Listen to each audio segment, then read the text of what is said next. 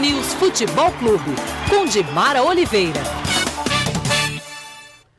Dimara Oliveira, bom dia. Bom dia. Você chegou hoje com uma bola, é a Jabulani essa? Jabulani, essa também é a Jabulani, essa bola é a Jabulani. Tá aqui a Jabulani para você. Você é pena que nós não temos um rádio ao Eu cheguei vivo fazendo e em embaixadinha, cores, né? Mas a televisão, 12h30. Mas na televisão, mas a partir do 12h30, ela não faz embaixadinha, não. porque lá ela não é a nossa centroavante predileta. Aqui ela é a nossa centroavante predileta. Exatamente. E fala tudo sobre futebol. Diga-me, alguma novidade no cenário alvinegro de Vespasiano, ou as coisas continuam do mesmo jeito? Ontem o Twitter bombava. Eu vi o seu Twitter ontem, o tanto de questionamentos feitos a profissionais, o tanto de questionamentos feitos à diretoria do Clube Atlético Mineiro, e as coisas continuam do mesmo jeito? Eles mudaram para Ipatinga, né? Ah, Então tá mudou. certo, pra jogar O futebol lá, não mas não mudou, deu não. certo, O treinamento agora, a imprensa foi liberada agora há pouco para entrar lá no Ipatinga, onde o atleta está treinando, né? Amanhã ele enfrenta o Fluminense. E numa pressão danada, né? Olha só, Paulo, se a ideia do Atlético era ir para Ipatinga para mudar um pouco esse contexto, sair dessa impaciência, né, obviamente o torcedor da Arena do Jacaré já estava, né, que é um pessoal, não adiantou nada, porque eles continuam totalmente impacientes lá em Ipatinga. Tivemos manifestações no hotel, principalmente com relação ao Mancini, que depois do jogo chegou a não ser, assim, vamos dizer, tão educado com a torcida, Mancini, que é lá da região. Então, assim, é um momento de muita pressão que o Atlético passa. O Calil foi para Ipatinga, está lá desde ontem. Isso significa que a diretoria está preocupada com toda a situação. E vou te ser muito sincera, talvez a gente possa estar imaginando aí uma mudança caso realmente não ocorra essa vitória diante do Fluminense. Lembrando que o Fluminense também é uma equipe que está buscando aí uma melhor condição em termos de campeonato brasileiro, vem da vitória em cima do Palmeiras. Então, é uma equipe que já é mais encaixada em relação ao que o Atlético precisa fazer. E as pressões ontem em cima do Atlético, em rede nacional, dos torcedores, de todo o histórico do futebol foi muito grande. Então, eu diria que nesse momento, talvez seja o momento mais delicado do Dorival Júnior à frente do Atlético. É o Dorival Júnior que teve um crédito muito grande, inclusive da própria torcida do Atlético. No ano passado, quando tirou daquela situação quando de tirou rebaixamento. do clube daquela situação de rebaixamento. Mas me parece que nós temos aí uma dificuldade muito grande de entendimento agora entre a torcida e o Dorival. Os resultados não são bons desde o final do Campeonato Mineiro para frente, os resultados não ficaram bons e o Dorival parece que perde um pouco essa credibilidade mesmo. E até pelas mudanças, por tudo que vem acontecendo, porque o Atlético não tem um time definido, porque às vezes ele passa para a torcida uma insegurança de talvez estar perdido nessa situação toda, né? Os investimentos foram altíssimos, né? Os investimentos foram altos, as contratações vieram, então o trabalho realmente nesse momento, infelizmente a gente tem que dizer que o trabalho realmente não é bom. E talvez, se em caso de derrota amanhã para o Fluminense, possa custar efetivamente o cargo do Dorival Júnior.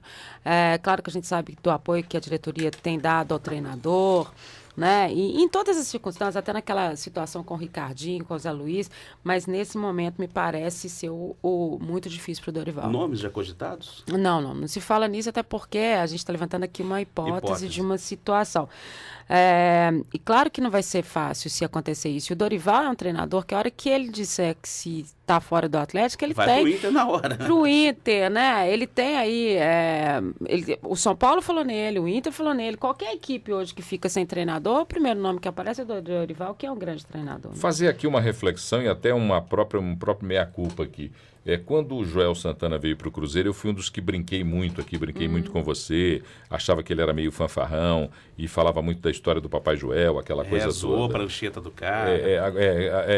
Claro, eu brinquei com a coisa do inglês dele. Mas é porque ele dá esse espaço também para que a gente Agora, brinque, vamos fazer aqui sentido, um meia-culpa. Os resultados do Joel na frente do Cruzeiro são resultados bastante significativos. Mas a situação do Joel é mais tranquila no Cruzeiro, é um time formado há muitos deixa eu dizer, anos. Uma coisa é você estar num time que você de 6 em 6 meses troca todo o grupo, né? De 6 em 6 meses, olha só, não deu certo. E aí eu vou dizer o seguinte, eu até entendo, porque desde 71 o Atlético não ganha efetivamente nada de expressão. O que acontece? É muito difícil fazer um trabalho num time time desse, porque 6 meses, não deu resultado, você tem a pressão, aí você começa a trocar jogador. Aí, dali a pouco, você troca o treinador. Aí, dali a pouco, você troca de novo os jogadores. Aí, você troca o treinador. Então, não existe uma continuidade. Então, para o Atlético tentar fazer uma base de grupo, mas ele vai precisar de tempo. Ninguém ressurge do nada dessa forma. É muito complicado fazer isso. Quando você fala do Joel Santana, você pega um trabalho do Cruzeiro que vem desde quando o Dorival era técnico do Cruzeiro.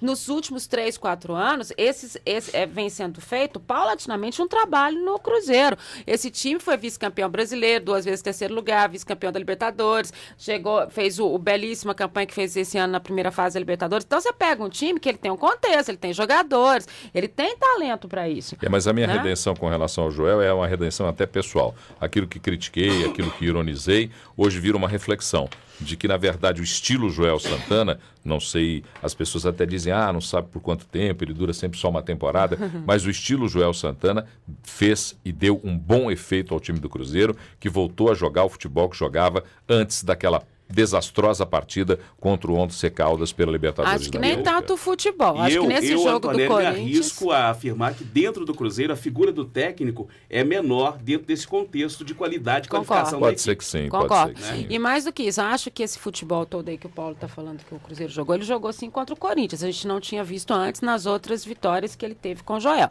Então, talvez até porque ele esteja ainda adequando esse grupo à sua forma de jogar, a tática. E aí eu posso dizer que contra o Corinthians ele foi muito tático, foi muito bacana, teve um contexto de segurar o Corinthians, de fazer um trabalho legal ali, mas ainda a gente ainda questiona com esse talento todo que o Cruzeiro pode ser um pouco mais ofensivo, pode ter um pouco mais aí para buscar, mas sem dúvida nenhuma é uma recuperação e o time vai subindo aí em busca de uma melhor posição, chegar ali no G4, a vaga da Libertadores, enfim, chegar nesse contexto. E não é que o América trouxe outro atacante? É isso que eu ia te perguntar. Então, ex-Cruzeiro. Mais um? André Dias, que o Cruzeiro acabou dispensando, né? E ele vai integrar esse grupo do América agora. Mas eu vou te dizer uma coisa, essa situação desses times, né, que ficam nessa questão da zona de rebaixamento, que começa a mexer em todo o grupo, né, que, enfim, que ficam tentando acertar de qualquer jeito. Você tem você traz um jogador como o André Dias, mas não é só um jogador que vai resolver a situação, né? Ele pode ter uma qualificação melhor ali na frente, para estar jogando ao lado do Léo, ou quem sabe do Alessandro, mas não é só esse jogador que vai resolver a situação. Eu ia perguntar sobre a convocação do Mano, mas já ouvi ali um sinalzinho do meu amigo Antonélio Souza, o homem cronômetro. Dá para perguntar? Muito obrigado, você está bem. E a convocação do Mano Menezes? Olha, eu vou falar, já desistiu. O Fábio joga no domingo aquilo tudo que ele jogou, na segunda sai a convocação, ele também não tá. Então, olha... o Fábio é daqueles profissionais que a gente conhece em todos os segmentos de atividade, daqueles profissionais que não basta ser o melhor. Parece que ele tem alguma coisa que o impede de receber o melhor reconhecimento. Mas isso acontece em vários segmentos profissionais. Às vezes você é o melhor, se esforça para o seu melhor, mas não é reconhecido como o melhor. No caso do Fábio, isso é evidente. Ele não é reconhecido como melhor porque não consegue ganhar a convocação na seleção brasileira. E o resto é aquilo tudo mesmo que já vinha. Dimara Oliveira. Nada demais. 12:30, Dimara na tela da Band falando sobre tudo isso e muito mais no Minas Esportes. Bom dia.